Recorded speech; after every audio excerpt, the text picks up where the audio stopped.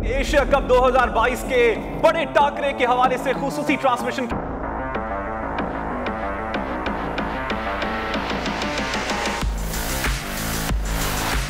Asia cup का final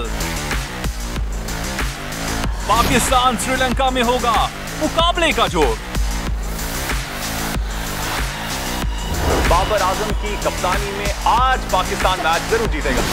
Shaheen Lanka ढाने को बेकरार।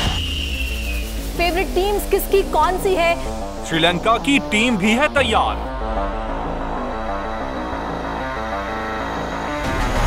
मैच से पहले जानदार तज्जिया और मजेदार गुफ्तगू।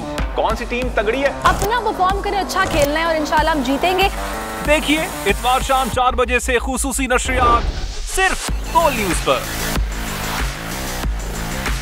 बोल किसी के भी दबाव में आकर अपने फैमिली मेंबर्स को अलहदा नहीं करेगा।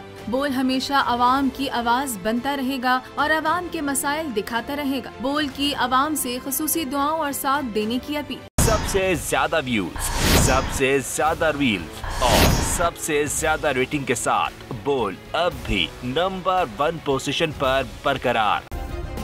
सब्सक्राइब करें और बेल दबाएं ताकि कोई खबर रह न जाए।